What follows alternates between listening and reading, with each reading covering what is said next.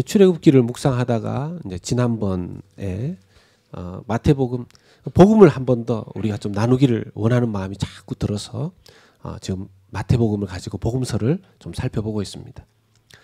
하나님께서 우리에게 복음을 주신 그 역사와 그 과정과 섭리를 좀 보면서 우리에게 있어서 복음이 과연 어떤 의미인가, 우리가 복음을 무엇으로 믿어야 되는가, 그런 것들을 살펴보고 있습니다. 지난번 마태복음 1장 초반부를 통해서 예수님의 족보가 이렇게 나왔죠. 이걸 오늘날로 적용해 보자면 이제 예수님을 믿은 생명책에 누가 기록될 수 있는가 하는 것으로 바꾸어서 우리가 생각할 수 있을 것입니다. 구원자이신 예수님이 약속대로 오시는 그 과정 속에 특이하고 특별하게도 이방인 여인들이 그 족보상에 들어가 있는 것을 보게 됩니다. 하나님이 사용하시고 쓰시고 하나님이 자신의 그 역사에 기록하시는 생명책에 들어올 수 있도록 인도하는 사람들은 지식 많고 이 세상에서 계급이 높고 이 세상 사람들이 볼 때에 윤리적으로 아주 고결하고 그런 사람들이 아니라 하나님은 은혜로 하나님의 사람들을 이곳저곳에서 세상 만방에서 부르신다라는 것입니다. 누구라도 하나님 앞에 쓰임받을 수 있고 누구라도 하나님 앞에 부름받을 수 있다라는 것입니다. 나 같은 사람이 어떻게 하나님 생명책에 기록될 수 있을까요? 생각해 보면 그 답은 오직 하나님의 은혜로 나 같은 사람도 하나님의 생명의 그 족보 안에 하나님의 생명책 안에 들어갈 수 있다라는 것을 우리가 지난번에 살펴보았습니다. 얼마나 감사한 일인지 모릅니다. 오늘은 그 예수님께서 하나님의 약속을 따라서 이제 탄생하게 되시는데 그 탄생에 요셉과 마리아라는 사람이 이 땅의 육신의 부모로 쓰임받지 않았습니까? 그러면 그 마리아와 요셉이 하나님 앞에 왜 어떻게 쓰임받았는지, 요셉과 마리아는 어떻게 하나님의 뜻 가운데 순종하였는지 살펴보면서 우리도 하나님 앞에 이제 하나님의 선택을 받은 하나님의 백성들로서 어떻게 살아야 되는지, 어떤 믿음을 가지고 살아야 되는지, 우리는 어떤 신앙으로 이 땅의 삶의 길을 한 걸음 한 걸음 걸어가야 되는지 살펴보기를 원합니다. 첫 번째는요, 내 의가 아닌 하나님의 의를 따라야 한다는 것입니다. 내 의가 아닌 하나님의 의를 따라야 한다는 것입니다. 네. 요셉은 마리아, 갑자기 자기는 어떤 남자와 그 잠을 잔 적도 없는데 갑자기 이렇게 이 임신을 하게 됐죠. 물론 성령께서 이제 천사를 보내셔서 이 너에게 이제 잉태가 되는 그분은 바로 예수님이고 하나님의 아들이고 성령께서 너를 잉태하게 하신다 하는 말씀을 받았죠. 근데 이건 미리 이제 받은 건데 요셉의 경우에는 배가 부른 약혼녀의 모습을 어느 날 발견하게 된 겁니다. 여러분 그 임신했을 때 어느 정도 시기가 되면 눈으로 임신한 거 아닌가 하는 생각이 들까요? 대략 한 임신 4개월쯤 되면 육안으로 그게 보인다 그래요. 임신한 4개월쯤 되면 임신한 사람 아닌가. 요셉은 성경에도 어떤 사람이라고 이야기합니까? 오늘 말씀 1장 19절을 보면 그의 남편 요셉은 의로운 사람이라. 예, 요셉은 의로운 사람이었어요. 여러분, 요셉, 의인 요셉이었습니다. 어떤 사람을 이 세상에서는 의인이라고 부릅니까? 의인. 한 몇 년 전에 일본의 그 동경 전철에서 사고가 있었는데요. 그때 어떤 한 사람이 이 동경 전철에 이렇게 떨어졌는데 그 사람을 건져내고 자기는 죽은 일이 있었어요. 한국인 유학생 이수현이라는 청년이었습니다. 자기는 죽고 그 청년이 이제 그 다른 사람 살렸는데 그때 신문에 이제 뭐라고 났냐 하면 의인 이수현 군이 이렇게 이제 났죠. 의인. 근데 여러분 우리가 볼 때 그 사람은 선한 일을 한 거 아닙니까? 남의 생명 살렸으니까. 우리는 우리의 삶의 기준으로 참 윤리적으로나 모든 부분에서 의롭고 선하게 살려고 하는 사람을 의인이라고 부릅니다. 의인. 근데 그건 세상의 기준에서 의인이지 하나님 기준의 의인과는 다른 의미가 되죠. 왜 하나님께서 말씀하셨지 않습니까? 의인은 없나니 하나도 없다 그랬습니다. 모든 사람들이 다 죄인이라는 거죠. 그러면 여기서 말하는 요셉 보고 의인이라는 것은 무슨 뜻입니까? 정말 하나님 보시기에 죄가 하나도 없어서 의인이 아니고 의롭게 살려고 하는 사람 요셉이었다라는 것이죠. 오늘날도 저와 여러분들도 의롭게 살려고 나름 또 애를 쓰지 않습니까? 근데 이게 마음대로 안 돼요. 마음대로 안 됩니다. 우리가 의롭게 살려고 할 때 의롭다는 것에 대한 기준이 있습니다. 내 기준도 있고 세상의 윤리 기준도 있고 법의 기준도 있습니다. 그런데 그 세상 법의 기준대로 산다고 우리가 죄가 하나도 없는 사람 될 수 있습니까? 없죠. 내 판단에 이게 의로운데 이걸로 안 되는 거죠. 그래도 나름 요셉은 또 노아도 의인이라고 불렀죠. 요셉은 의인으로서 자기가 어느 날 보니까 자기의 약혼녀가 임신을 했는데 자칫 잘못하면 자기도 지금 자기의 명예가 더럽혀지게 되고 자기 약혼녀 이 마리아는 돌에 맞아 죽을 수도 있는 상황이 된 겁니다. 당시에 이 신명기 22장 21절을 보면요. 그 처녀를 그의 아버지 집 문에서 끌어내고 그 성읍 사람들이 그를 돌로 쳐 죽일지니 이는 그가 그의 아버지 집에서 창기의 행동을 하여 이스라엘 중에서 악을 행하였음이라. 너는 이와 같이 하여 너희 가운데서 악을 제할지니라. 결혼하지 않았는데 임신했다. 이거는 돌에 맞아서 죽는 벌에 해당했습니다. 그러니까 요셉은 자기가 이 일을 드러내면 자기 약혼녀 마리아는 돌에 맞아서 죽을 수 있는 상황이 되는 거죠. 그런데 그렇게 약혼녀 지금 누구 때문에 누구하고 이 잠을 자서 아기를 가졌는지는 모르지만 그래도 내가 이 여자의 목숨은 지켜줘야 되겠다. 그래서 조용히 정리를 하고자 한 것입니다. 나름 자기의 기준에 의롭게 행동한 거죠. 자기와는 한 번도 잠을 잔 적이 없으니까 이 여인이 뵌 아기 임신한 상태에서 자기가 결혼할 수는 없고 그렇다고 이 여인이 다른 사람들에게 돌에 맞아 죽게 할 수도 없고 조용히 정리하려고 한 것이죠. 이 행동을 누가 비난할 수 있겠습니까? 누가 비난할 수 요셉이 그래도 마리아는 지켜주려고 했구나. 그런데 하나님께서 꿈을 통해서 그 꿈에 이제 꿈으로 천사를 만나게 하십니다. 그리고는 그 꿈을 통하여서 이 여인이 잉태하게 된 것은 성령으로 말미암아 잉태하게 되었다. 이렇게 말하는 거죠. 이건 참 쉽지 않은 이야기입니다. 이걸 어떻게 이해를 할 수 있었을까요? 하나님께서 그렇게 하셨구나. 자기 의의 기준으로는 도저히 받아들일 수 없는 것을 요셉은 그냥 믿음으로 받아들입니다.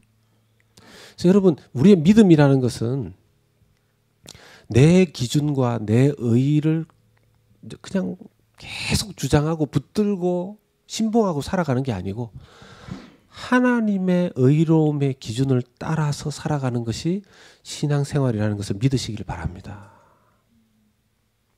지금 우리가 말씀 읽기를 막 열심히 하고 있는데요. 우리가 말씀 읽기를 하는 이유는 이 뜻대로 살아가는 것이 되는 것도 중요하지만 첫 번째는 이 말씀을 믿어야 되겠다가 1번입니다. 이 말씀을 믿는 것이 1번이고 2번이 그래서 내가 이 말씀에 설득이 되고 따라가는 것이죠. 내 기준이 있죠. 세상 기준이 있습니다. 세상 사람들이 너 왜 그렇게 사냐 이렇게 말할 때 하나님 기준을 따라간다라는 것. 사람들이 손가락질하면서 신앙생활 뭐 그렇게 별나게 하느냐라고 이야기하면 우리가 때로는 그 할 말이 없을 때가 있잖아요. 세상 사람들을 설득하지 못할 때가 있어요. 저것들 그냥 하나님 뜻대로 살지도 않으면서 말은 많아가지고. 그런데 하나님의 뜻대로 살아가는 것. 그것은 하나님 내 의를 따라가는 것이 아니라 하나님 의를 따라가려고 할 때만 가능한 것입니다. 노아가 이 배를 짓지 않습니까? 노아도 그때 당대 의인이라 불렀어요. 의인이라고 불렀어요. 하나님께서 노아를 선택하셔서 홍수가 나기 이전에 노아를 통해서 배를 짓게 하십니다. 그 노아 홍수 The Ark of Noah, 노아 홍수의 그 리얼 사이즈 실제 모습을 여러분 한번 상상해 보십시오. 이걸 켄터키 주에 보면 그걸 실제로 만들었어요.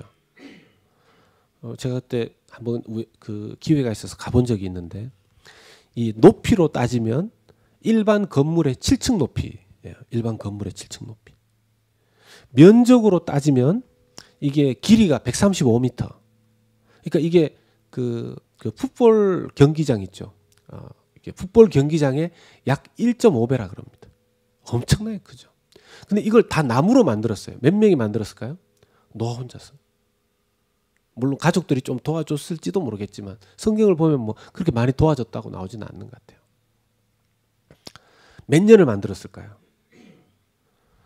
어떤 학자는 70년, 어떤 학자는 100년, 어떤 학자는 120년이라 그래요. 성경에 나오는 문자적으로는 한 120년인데 앞뒤를 맞춰보면 대략 잡아도 한 100년이에요. 노아가 900세 이상 살았다고 하는데 100년을 이 배를 지은 겁니다. 100년을. 그때 당시에 지금 이런 기후처럼 비가 없었던 때였습니다. 비가. 근데 배를 만드는데 이걸 1년 동안만 배를 만들어도 사람들이 저 노아가 제정신이 아니구만. 저게 뭐가 필요하다고 저렇게 큰 배를 만드는 거야. 저렇게 큰 배를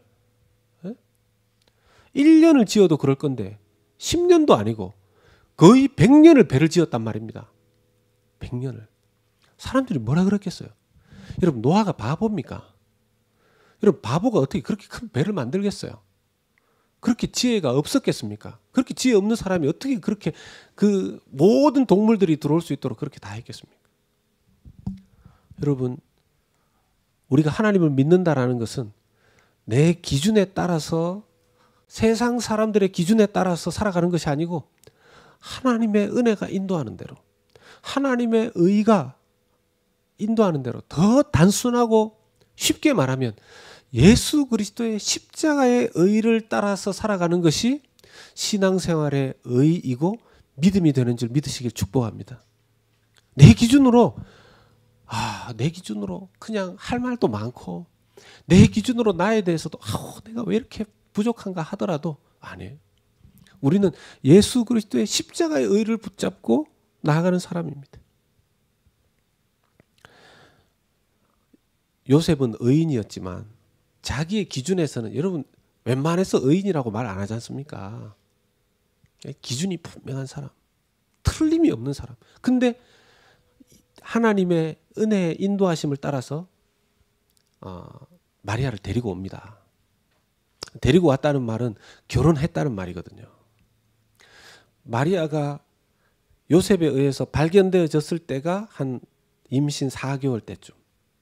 그리고 마리아가 예수님을 임신하고 친척 엘리사벳의 집에 가서 약 3개월을 머물렀다 그래요.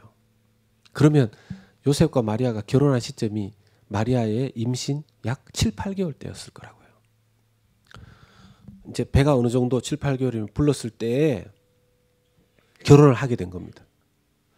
동네 사람들이 뭐라고 그랬겠습니까? 야, 요셉 저거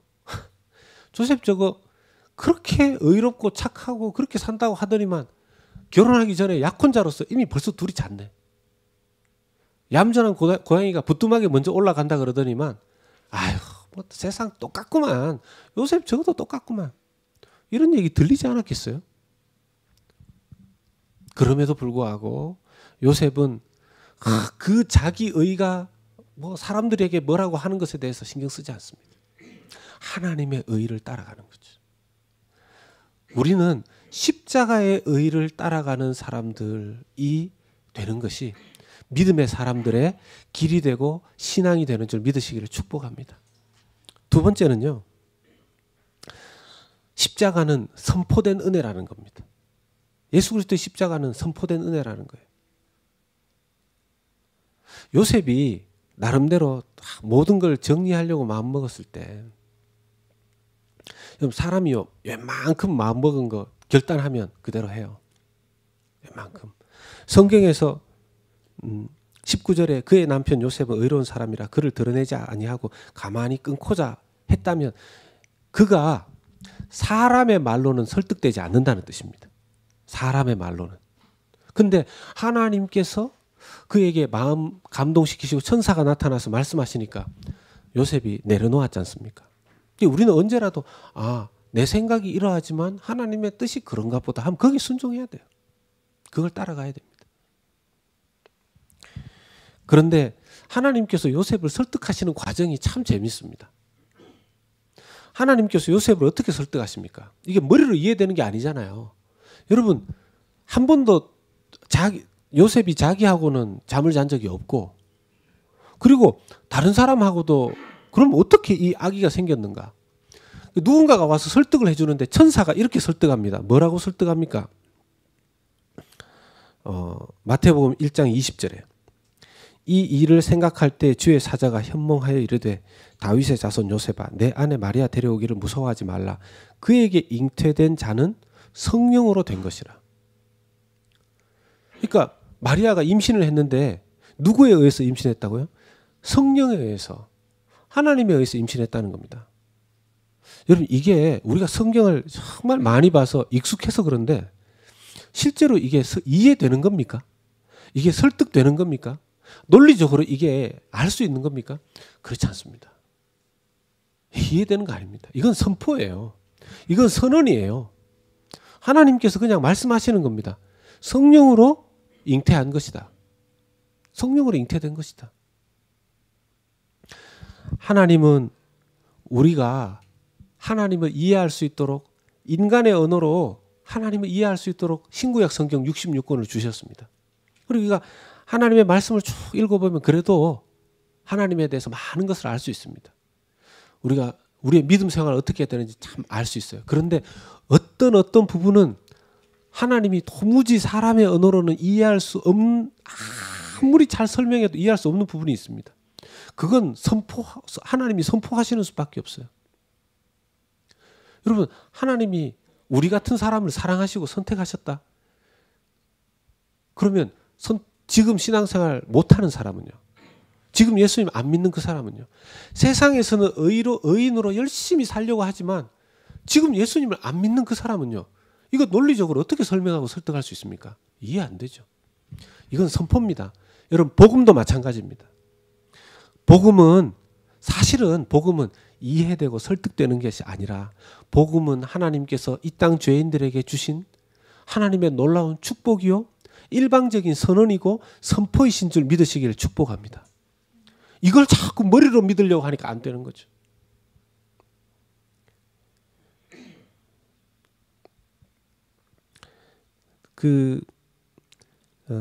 지금 보니까 그 한국에는 장관들이나 부처의 높은 사람들을 뽑고 세울 때에는 청문회라는 걸 하더라고요. 2017년에 한국의 그 중소기업 벤처기업부, 뭐 이렇게 이름이 깁니다. 중소기업 벤처기업부라는 그 부서가 있는데 거기에 이제 장관을 세우는데 후보자가 이렇게 이름을 다 대면 좀 그러니까 박모 후보자인데 이분이 누구냐 하면 한국의 포항공대 아시죠? 한국의 포항공대의 교수님이었습니다.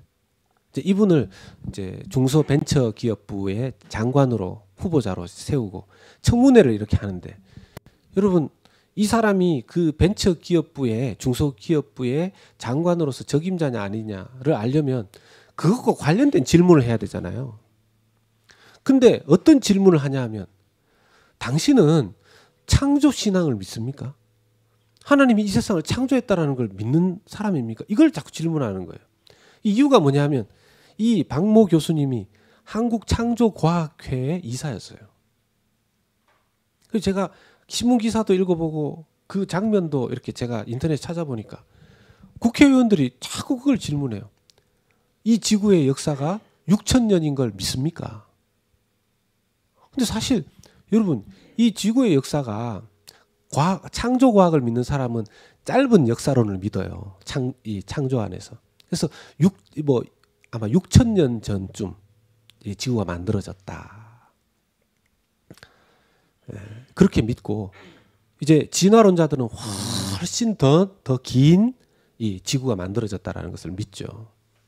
근데 이건 두 개 다 과학적인 이론이에요. 두 개 다 과학적인 이론. 그러니까 창조론도 이론이고 진화론도 이론입니다. 하나님을 믿는 신앙인들은 보통 창조론이 대부분이죠. 그래서 좀 짧은 역사론을 믿는데, 이제 이 박 교수님에게 계속 묻는 거죠. 중소기업을 어떻게 활성화시킬 수 있겠습니까? 그 대안을 가지고 있습니까? 이걸 묻는 게 아니라 이 세상 역사가 6,000년밖에 안 된다는 이걸 믿습니까? 이제 박 교수님이 대답하시죠. 예, 과학적으로 다 증명할 수 없지만 저는 하나님이 이 세상을 창조했다는 것을 믿습니다. 그런 질문만 실컷 하다가 나중에 여당 야당 다 그 질문만 하다가 여당은 그러니까 그 위원회, 기재부 위원회 청문회 장소 여당은 다 나가버려요. 자기들이 후보로 추천해놓고. 그리고 이제 야당만 남아서 투표를 하는데, 장관 후보자 불채택 결론 내린 거죠. 물론 그 대통령이 권한으로 아마 이렇게 하면 그 사람 그냥 이렇게 불채택되어서도 장관으로 세울 수 있는 걸로 아는데, 이 박 교수님은 그냥 자기가 자진 사퇴해 버립니다. 그가 과학자로서, 그가 학자로서 그는 얼마나 많은 시간을 연구했겠습니까? 그리고 그는 교수로서 강단에서 사람들에게 정말 진리를 학생들에게 가르치려고 얼마나 애를 썼겠습니까? 근데 그가 믿는 믿음은요, 자기가 연구하고 공부한 것을 뛰어넘는 하나님의 일방적이고 선포된 은혜와 복음의 역사가 있다라는 것을 이 교수님은 인정하고 믿었습니다. 사랑하는 성도 여러분, 우리가 신앙생활할 때 우리가 믿는 믿음은요, 하나님의 선포된 믿음, 선언된 것을 믿는 것이라는 사실을 여러분 기억하시길 주의 이름으로 축복합니다. 우리가 논리적으로 다 이해되지 않아도, 논리적으로 다 이해되지 않아도 말입니다.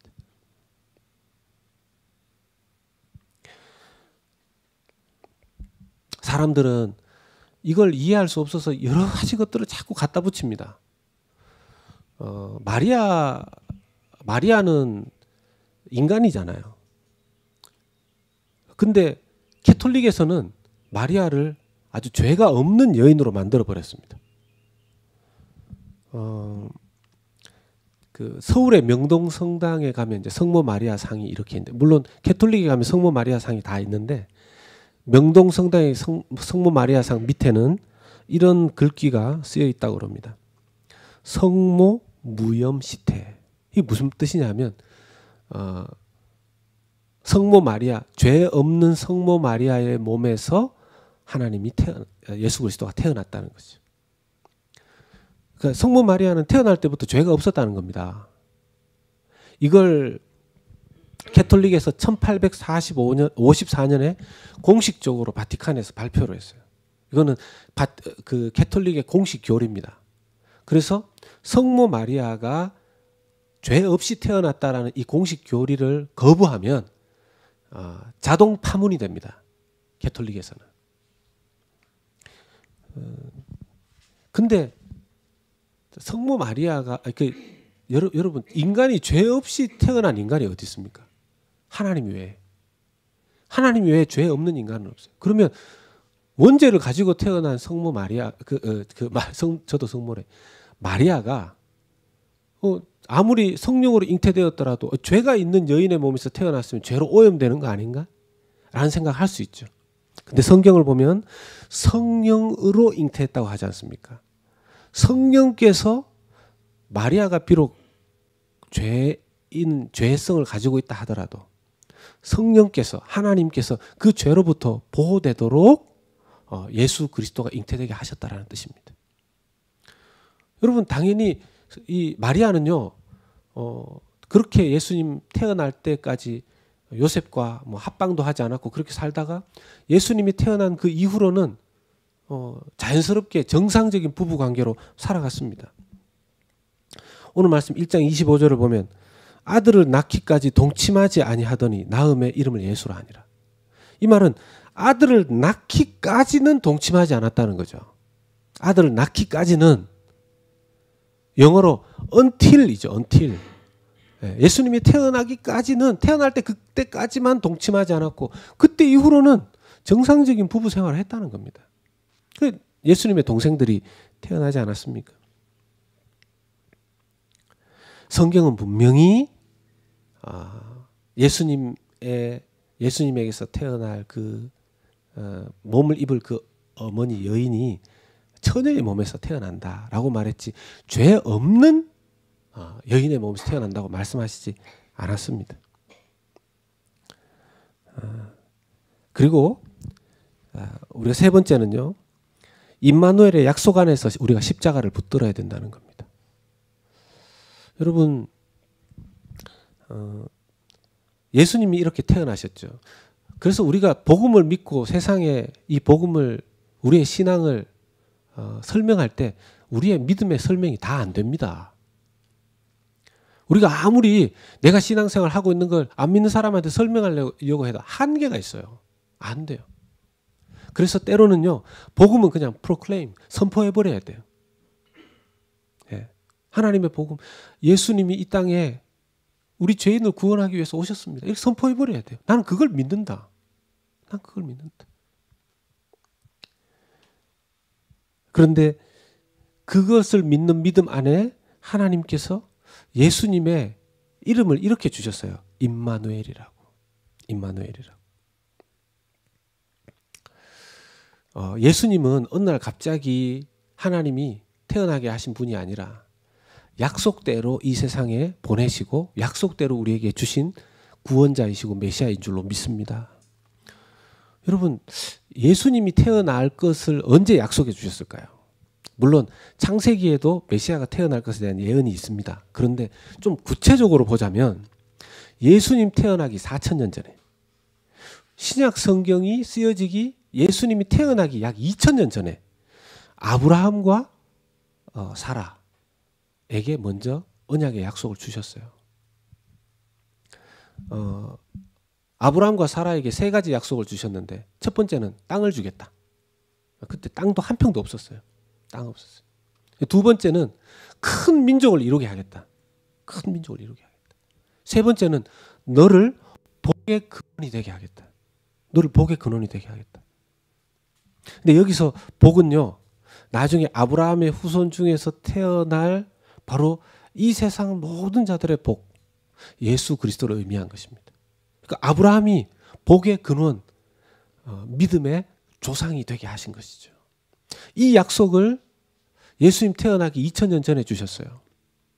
자, 그리고 쭉 시간이 흘러가서 오늘 말씀에 마태복음 1장 23절 보면 보라 처녀가 잉태하여 아들을 낳을 것이요 그의 이름은 임마누엘이라 하리라. 이 마태복음 1장 23절 말씀이 이사야서에 나오는 말씀이거든요. 이사야가 어느 시대에 살았냐 하면 예수님 태어나기 약 700년에서 800년 전의 사람입니다. 그러니까 이사야서에 예수님이 그리스도 메시아가 태어나실 것, 심지어는 그가 어떤 고난을 받고 어떤 이 죄를 위하여서 인간들을 위해서 대가를 지불하고 죽으시고 고난 당하실 것이 이사야서에 기록되어 있죠. 약 700년, 800년 전에.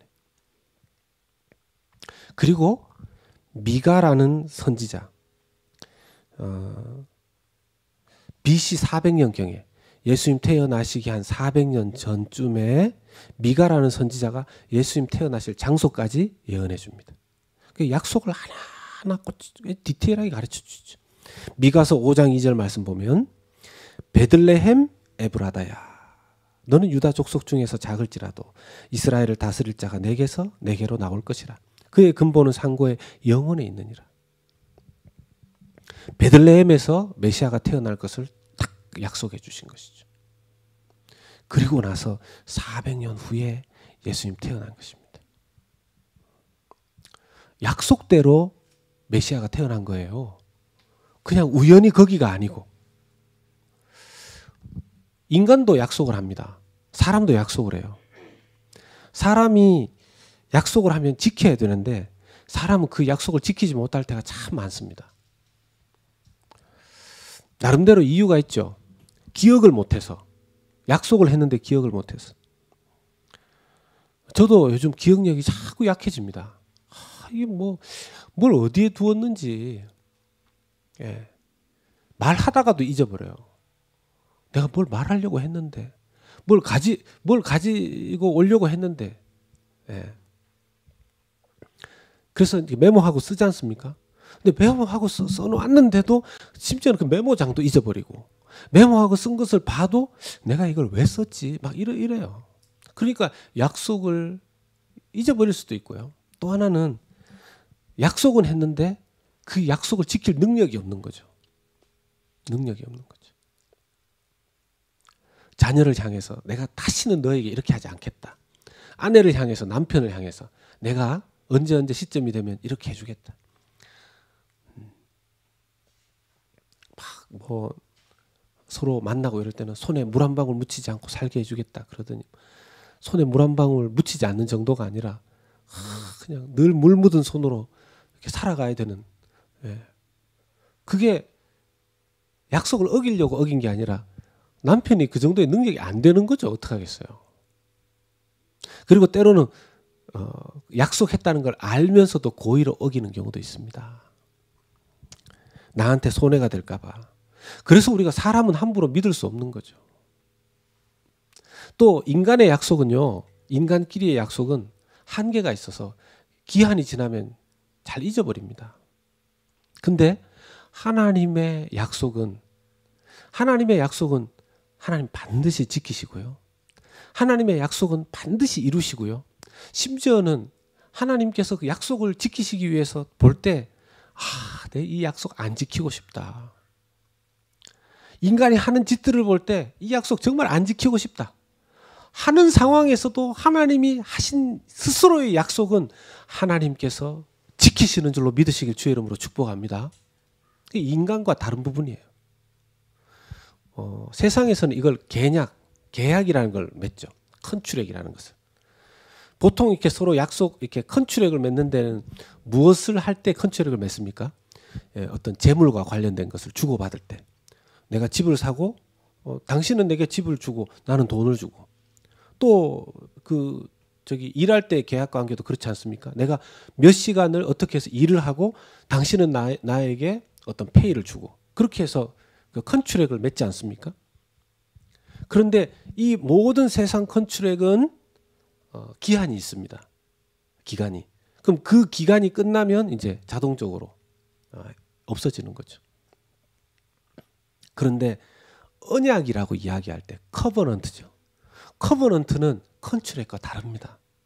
커버넌트의 의미는 뭐냐 하면 거기에 뭐가 들어가 있냐면 생명이 들어가 있어요. 생명이 들어가 있어요. 하나님은 우리와 컨트랙을 맺으신 것이 아니고 하나님은 우리와 커버넌트의 약속을 맺으신 것을 믿으시길 바랍니다. 거기에 누구의 생명이 들어가 있을까요? 하나님의 생명이 들어가 있는 거죠. 하나님의 이름이 들어가 있는 거예요. 하나님의 이름으로 하나님의 생명으로 우리와 커버넌트 언약을 맺으셨기 때문에 우리의 모습이 때로는 너무 한심하고 세상에서 내가 내 생각엔 이게 아닌 것 같고, 내가 이렇게 살아서는 하나님께 영광이 안 되는 것 같고, 이렇게 부족하고, 어떤 때는 너무 힘도 없는 것 같고 무기력한 것 같고, 하나님 이 세상에 내가 그리스도인으로서 도대체 하나님의 영광을 위해서 하는 게 뭡니까? 예? 이런 생각이 들고 하나님의 영광을 오히려 가리는 것 같은 생각이 든다 할지라도 복음을 우리에게 주시고 우리와 커버넌트 언약 관계를 맺으신 하나님의 그 약속은 영원히 변함이 없으심을 믿으시길 주의 이름으로 축원합니다. 왜요? 왜 그 약속을 계속 지키십니까? 그 약속을 계속 지키신다는 것을 우리가 어떻게 확신할 수 있을까요? 바로 예수 그리스도의 십자가를 보면 하나님이 이 약속을 영원히 지키시겠구나 하는 것을 알 수 있는 줄로 믿습니다. 예수 그리스도의 십자가는 하나님의 사인이에요. 그 예수 그리스도의 우리를 위해서 피를 흘려주심이 영원한 언약의 커버넌트의 증표가 된다 말입니다.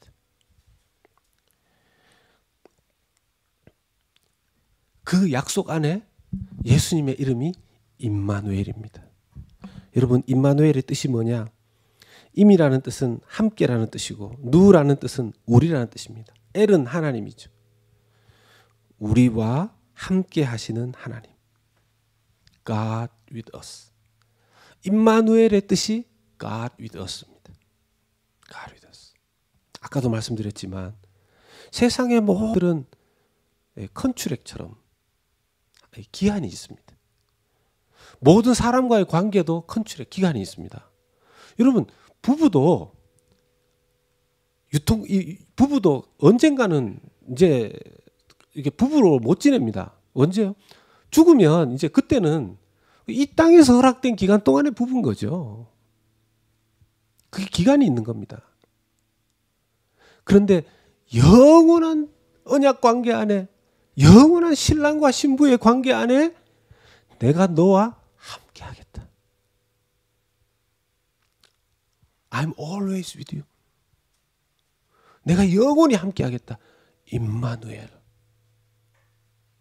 그 약속을 우리에게 주신 줄 믿으시기를 축복합니다. 우리는 그 약속 안에서 살아가는 사람들입니다. 이제 말씀을 맺습니다. 우리가 믿는 믿음은요, 막 억지로 이 길을 가는 거 아닙니다. 억지로 이 길을 가는 거 아닙니다. 내 의가, 내 생각이 있지만 하나님의 은혜, 하나님의 언약, 하나님의 약속을 믿으면서 예수 그리스도의 십자가를 붙들고 내 의가 아니라 하나님 의를 따라서 가는 것이죠. 내 의지, 하루에도 12번 이리저리 생각이 바뀌고 그 약속을 지킬 힘도 없는 나 자신을 의지해서 신앙생활을 하는 게 아니라 영원히 우리와 언약 맺으신 그 언약을 지키실 하나님 바라보면서 그 약속의 증표인 예수님의 십자가를 붙들고 날마다의 삶을 살아갈 때 그것이 바로 하나님 기뻐하시는 의의 삶이요, 그것이 이 땅에서 하나님 백성으로서 살아가는 승리의 삶이 되는 줄 믿으시길 주의 이름으로 축원합니다. 고달프시죠? 때로는 힘드시죠? 때로는 좀 지금 내 삶이 내 현실이 왜 이렇게밖에 안 되는가? 더 잘 살 수도 있는데, 더 멋지게 살 수도 있는데, 그런 생각이 들 때도 있습니다만은 우리에게 더 중요한 약속은 하나님과의 영원한 관계 속에 있다는 것을 믿으시고 이 땅의 삶에서 예수 그리스도의 십자가 안에서 날마다 하나님과 동행함을 기뻐하면서 살아가는 주의 백성들 다 되시기를 예수 그리스도 이름으로 축원합니다. 우리 함께 한번 찬양하면서 오늘 주신 말씀